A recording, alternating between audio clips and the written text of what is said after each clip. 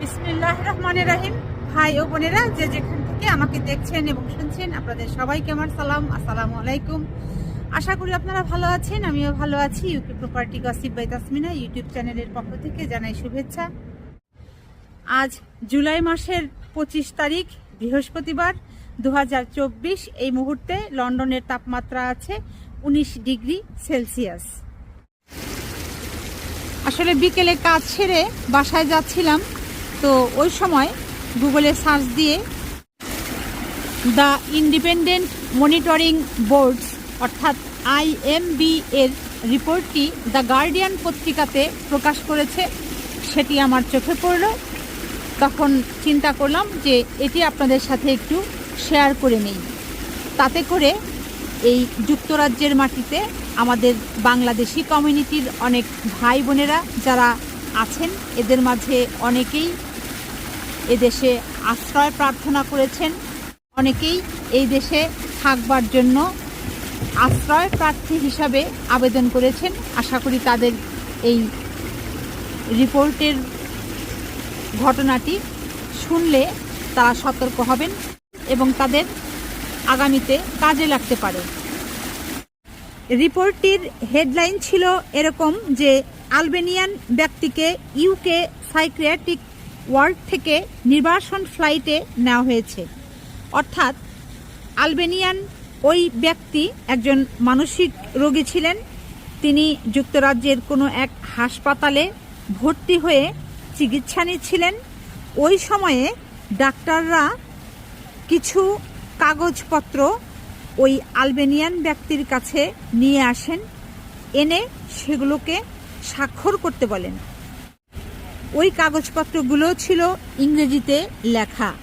Albanian ওই ব্যক্তি ভালো ইংরেজি বলতে পারতেন না, পড়তে পারতেন না, যে কারণে তিনি ওই কাগজগুলো না পড়ে না বুঝেই স্বাক্ষর প্রদান করেন।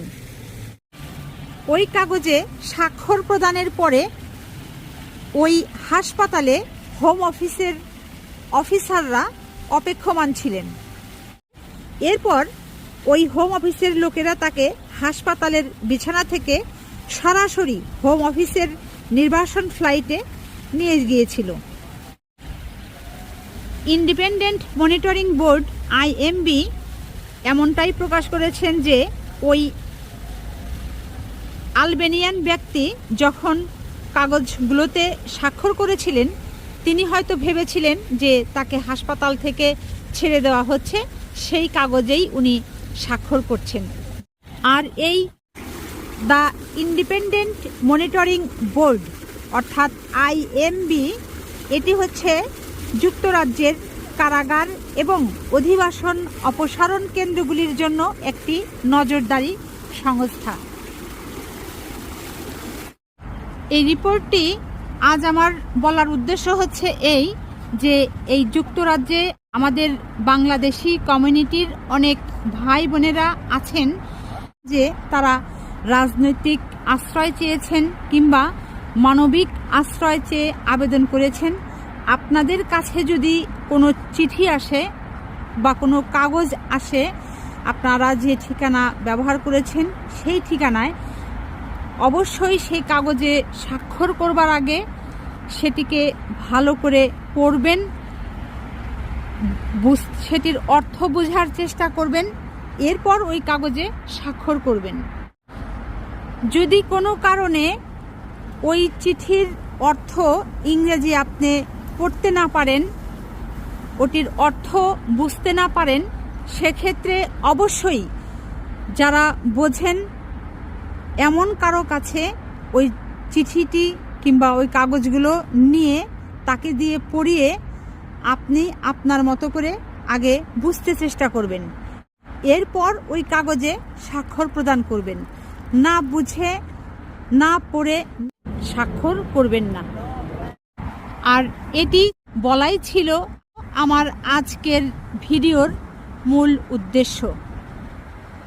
দ্য ইন্ডিপেন্ডেন্ট মনিটরিং বোর্ডস অর্থাৎ IMBর আরও অনেক রিপোর্টেই এরকম আরও অনেক ঘটনা বের হয়ে এসেছে, যেমন যাদেরকে আলবেনিয়ান অনেক ব্যক্তিকেই যখন এয়ারপোর্টে নেওয়া হয়েছিল, তখন গাড়িতে তাদের কম করে হলেও 7 থেকে 9 ঘন্টা ওই গাড়িতে অপেক্ষা করতে হয়েছিল।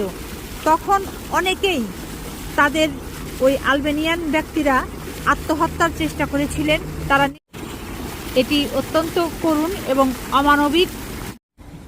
যুক্তরাজ্যের হোম অফিসের এই ধরনের কর্মকাণ্ডে এই সংস্থাটি উদ্বেগ প্রকাশ করেছেন এবং দুঃখ প্রকাশ করেছেন।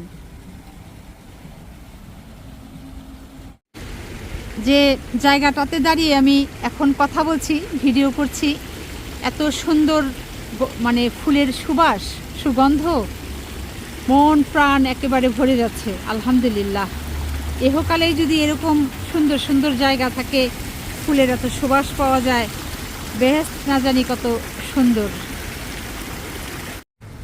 তো আজ এখানেই শেষ করব। সবাই ভালো থাকবেন, সুস্থ থাকবেন এবং আমার জন্য দোয়া করবেন। আমার এই চ্যানেলটিতে লাইক, কমেন্ট, শেয়ার এবং সাবস্ক্রাইব করবেন। আসসালামু আলাইকুম, আল্লাহ হাফেজ।